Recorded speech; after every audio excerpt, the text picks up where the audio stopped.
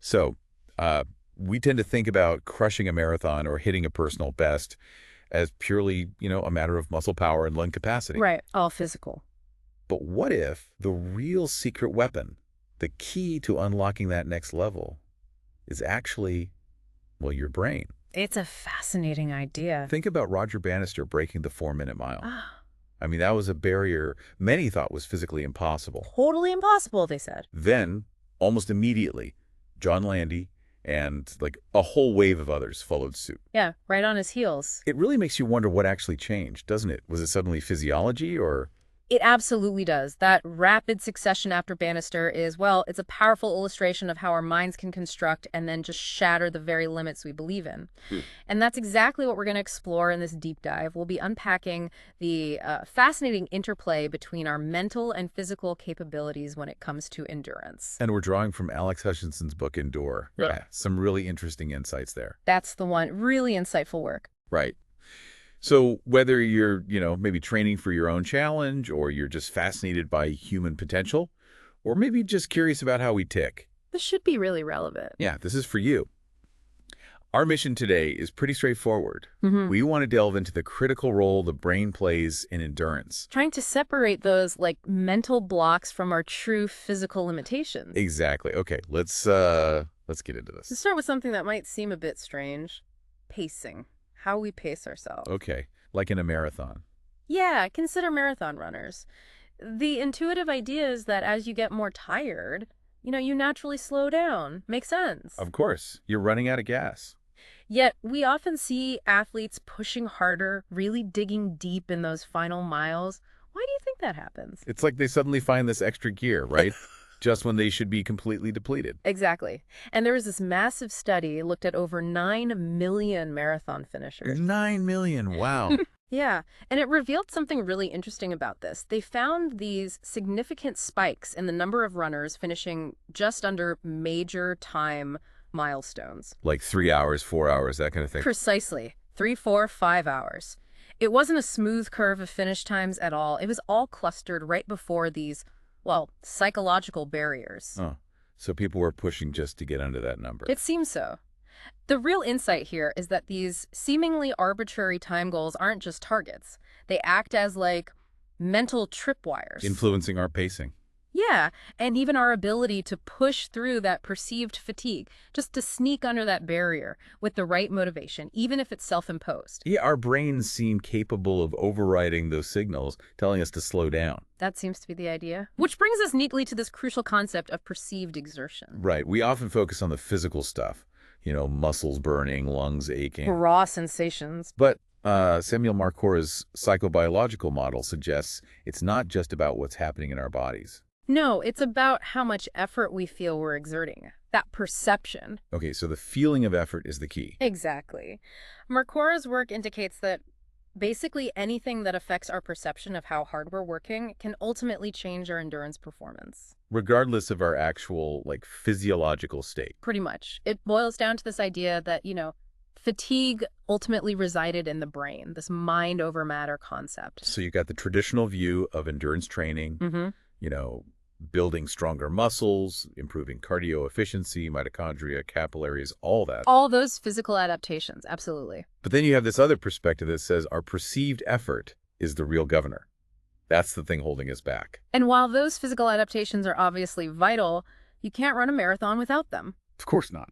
Marcora's research kind of puts the brain in the driver's seat. It's Yeah. interpreting those bodily signals and maybe often telling us to ease off long before we've truly reached our physical limits. Now let's tackle something that's almost inseparable from endurance. Pain. Ah, yes, pain. It's part of pushing yourself, Yeah. but the sources highlight a difference, right, between actual physical injury pain Like a torn muscle, yeah. and that more general sense of effort, that feeling of just wanting to stop, Yeah. the struggle. That's a really critical distinction. Pain from, say, a pulled muscle is a clear signal tissue damage. Stop now. Right, don't ignore that. But the feeling of effort, what Hutchinson calls the struggle to keep going against a mounting desire to stop, that is often what dictates our pace and our ultimate stopping point. Okay. And this is where the gate control theory of pain offers, well, An interesting perspective. Okay, explain that. What does rubbing your shin have to do with running a marathon? Sounds a bit random. Huh. Yeah, it does. But it's a great way to understand the theory. The gait control theory basically proposes that non-painful sensory input can actually reduce the sensation of pain. So, by rubbing your shin after you bang it, you're sending different signals, touch, pressure, up to your spinal cord and brain. And these signals can effectively close the gate on some of the pain signals trying to get through. Interesting. So you're distracting the system almost? In a way, yeah, you're modulating the pain signal. So how does this apply to endurance? Good question. Well, it suggests that improving endurance isn't solely about becoming physically stronger or tougher. It also involves our ability to manage and potentially suppress that perception of pain and effort. Managing the signals. And, as Tolstoy so eloquently put it, all pleasure is alike, but each pain hurts in its own unique way. Pain is deeply subjective. Right. It feels different for everyone. Yeah. It depends on the situation. Totally. It's influenced by our stress levels, our fear, our anxiety at that moment. It really highlights how much of this is happening up here in our heads, doesn't it? It really does. So I'm not sure Clubber Lang would agree with Tolstoy's nuance. His take was a bit more direct. What was that again? Prediction. Pain. Yes. A slightly less subtle perspective, perhaps. Just a bit. But it does underscore that spectrum, right? From that very basic expectation of hurt to this more intricate understanding of its subjective nature and how we might influence it. So if our brains are this powerful, this central, can we actually train them, train our brains to be better at endurance? It sounds a little sci-fi. Not at all, actually. The idea of brain endurance training is gaining real ground. Okay. How does that work? It focuses on building our capacity to handle mental fatigue, that feeling of dwindling focus and willpower, the desire to just switch off. Mental exhaustion, yeah. One technique discussed is a 5-step self-talk method. It goes, recognize the negative thought. Like, I can't do this anymore. Exactly. Then refuse to engage with it. Then relax, physically, consciously let go of tension. Then reframe the thought into something positive or constructive. Okay, like just keep going to the next lamppost. Something like that. Yeah. And finally, resume your activity with that new focus. Recognize, refuse, relax, reframe, resume. That sounds like a mental workout in itself. But the idea of physical relaxation being part of it. You mentioned relaxing your face. Exactly. It sounds minor, but there's a strong connection between our thoughts, our emotions, and our physical state. Like how smiling can sometimes improve your mood. Yeah. Well, consciously releasing tension in your face, unclenching your jaw, smoothing your brow, that can actually contribute to reducing the feeling of effort. Wow. It's amazing how interconnected everything is. And it's not just mental strategies like self-talk, right? Yeah. There are external things, substances, that can impact our mental fortitude. That's right. Think about common over-the-counter pain relievers like Tylenol, acetaminophen. Yeah. Studies have indicated they can lead to small improvements in endurance performance. And the thinking is it happens by reducing the perception of pain or discomfort. Rather than directly affecting the muscles or the heart or lungs. Exactly. It seems to work more on the brain's interpretation. And then there's caffeine, the classic pre-race go-to for so many athletes. It's more than just a physical buzz, isn't it? Oh, absolutely. Caffeine works centrally in the brain. One key way is by blocking adenosine receptors. Adenosine. That's the stuff that makes you feel sleepy, mentally tired. That's the one. It builds up during the day and also during strenuous activity, contributing to mental fatigue.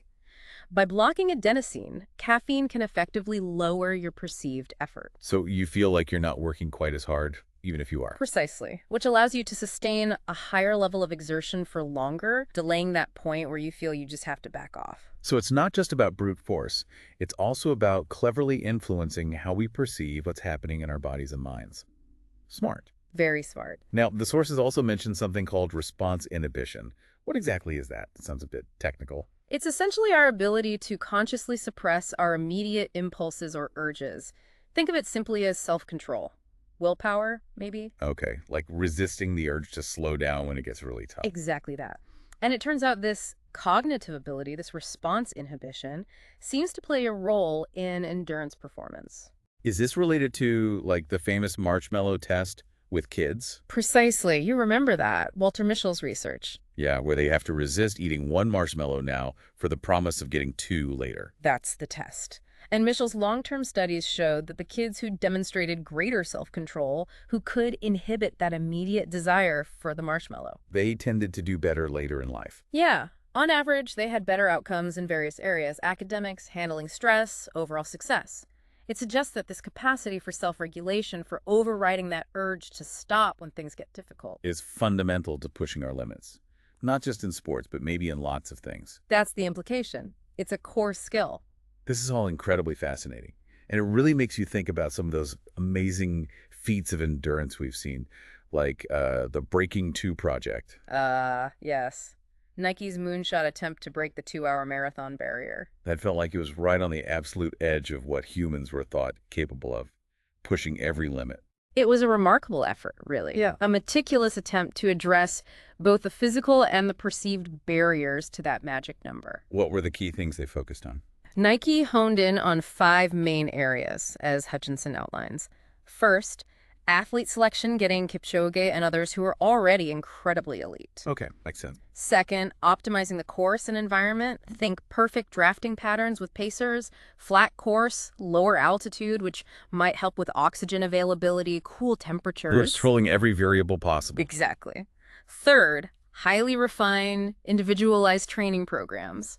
Fourth, super precise fueling and hydration strategies during the race. Getting the energy intake just right. And fifth, of course, those groundbreaking shoes, the Nike Vaporfly prototypes. Ah, the shoes. They made a huge difference, didn't they? Improving running economy. Yeah, studies showed a significant improvement, maybe around 4% better running economy, which is massive at that level. And Kipchoge came so incredibly close in that first attempt, right? 2 hours and just 25 seconds. 2.00.25. Agonizingly close. It really highlighted how every single detail, both physical and arguably mental, needed to be perfectly aligned to even get near that mark. You needed that belief it was possible to, maybe. Absolutely. It wasn't just about physical conditioning. It required immense mental fortitude, that unwavering focus for 2 solid hours at a ridiculous pace. And it wasn't just Nike looking into this, right? Red Bull also had a project. That's right. Red Bull has their Project Endurance, also aimed at understanding the ultimate limits of human performance, but maybe from a slightly different angle. What's their approach? Are they also focusing on shoes and drafting? Their primary focus seems to be more squarely on the brain's role in regulating performance. They're really digging into the question, why do we slow down? Okay, the fundamental question. And they're particularly interested in a specific brain region, the insular cortex. The insular cortex. What's that got to do with, hitting the wall in a race? Well, the insular cortex is a region deep in the brain that's thought to be heavily involved in processing bodily sensations, our internal state, things like temperature, heart rate, fatigue, pain, interoception, basically. Ah, so it's reading the body's signals. Exactly. And the theory researchers are exploring is that the insular cortex plays a key role in generating that feeling of needing to slow down. It might be sending a kind of brake signal to the rest of the brain. A safety mechanism. Yeah. Telling us to reduce our effort to protect the body. That's the hypothesis. And crucially, it might be sending that signal before we've reached true physiological exhaustion. It's being conservative, perhaps. So Red Bull's research is exploring what? If they can tweak that signal. Essentially, yeah. They're looking into whether they can potentially influence the activity in this area, maybe modulate that brake signal, turn it down a notch. Allowing athletes to push harder for longer, closer to their actual physical limits. That seems to be the goal. It's like trying to, recalibrate our brain's safety mechanisms. Wow. That sounds both incredibly ambitious and, a little bit mind-blowing. It certainly pushes the boundaries of our understanding, doesn't it? For sure. Now, we should also briefly touch on the role of environment and maybe genetics and all this. We see this, like consistent dominance of East African runners in long-distance events. Yes, particularly runners from Kenya and Ethiopia. It's undeniable. It's almost become the expectation in major marathons and track races. Mm-hmm. What are the underlying factors there? Is it just hard work or? It's likely a complex combination, as usual. Environment certainly plays a big part. Growing up and training at high altitudes, especially in the Great Rift Valley. That gives an advantage, right? With oxygen. Yes, living at altitudes stimulates the body to produce more red blood cells and adapt in other ways to use oxygen more efficiently. Over generations, this can lead to physiological adaptations like increased lung capacity and maybe more efficient oxygen utilization pathways. So they might develop these sort of oxygen-sparing characteristics, better blood vessel systems? That's part of the thinking, yes. There are likely genetic predispositions interacting with those environmental factors over long periods. So they might have a kind of biological head start in some ways for these specific events. But even with those advantages, Mental resilience must still be absolutely critical. You don't win Olympic medals just on physiology. no way. And research suggests there are even differences in how the brains of individuals react to stress. People with high anxiety versus those with high resilience show different patterns of brain activity when faced with negative stimuli. And the resilient ones bounce back quicker. They tend to recover more effectively, neurologically speaking, but the encouraging thing is mental resilience isn't necessarily fixed. It seems it can be developed, trained. Okay, so how can we cultivate that mental toughness, that resilience? Well, practices like mindfulness-based stress reduction or MBSR are gaining attention. There's a version adapted for athletes, sometimes called MPEAK, Mindful Performance Enhancement, Awareness and Knowledge. EMPEAK, what does that involve? It can help train that awareness, potentially involving the insular cortex, to develop a more non-judgmental observation of your body's sensations. So learning to notice feelings of fatigue or discomfort without immediately reacting negatively or catastrophizing them. Exactly. You learn to just observe, okay, my legs feel heavy rather than, oh no, my legs are heavy, I'm going to fail. This can lead to improved performance and a greater capacity to push through those challenging moments. So it's about learning to listen to your body, but not letting those signals automatically dictate your limits, just acknowledging them. Acknowledging without judgment is key. And tied into all this, I think, is the power of self-belief, self-efficacy. Yeah, that confidence in your own ability to actually succeed, to cope with the challenge, that must be huge. It absolutely is. Self-efficacy, positive self-talk, positive feedback loops. These factors contribute significantly to our mental fortitude and our ability to persevere. It really comes back to that core idea emphasized in the sources, doesn't it? Which one?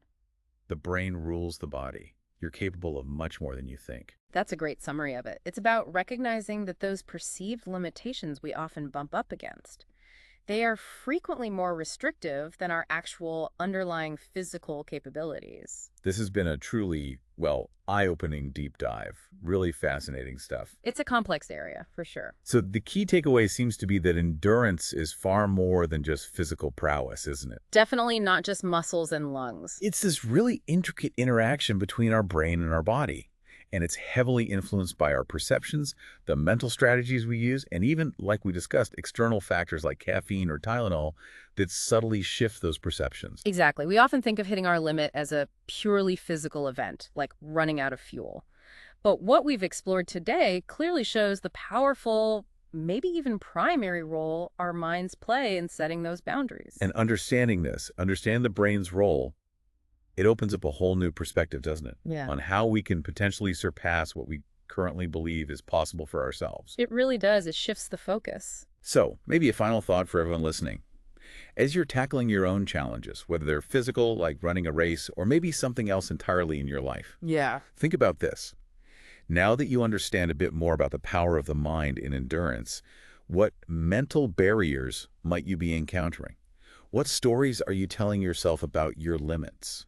Good question. And maybe, how might you begin to consciously override your instincts, challenge those perceived limits, and potentially achieve more than you currently believe is within your reach? Definitely some food for thought there.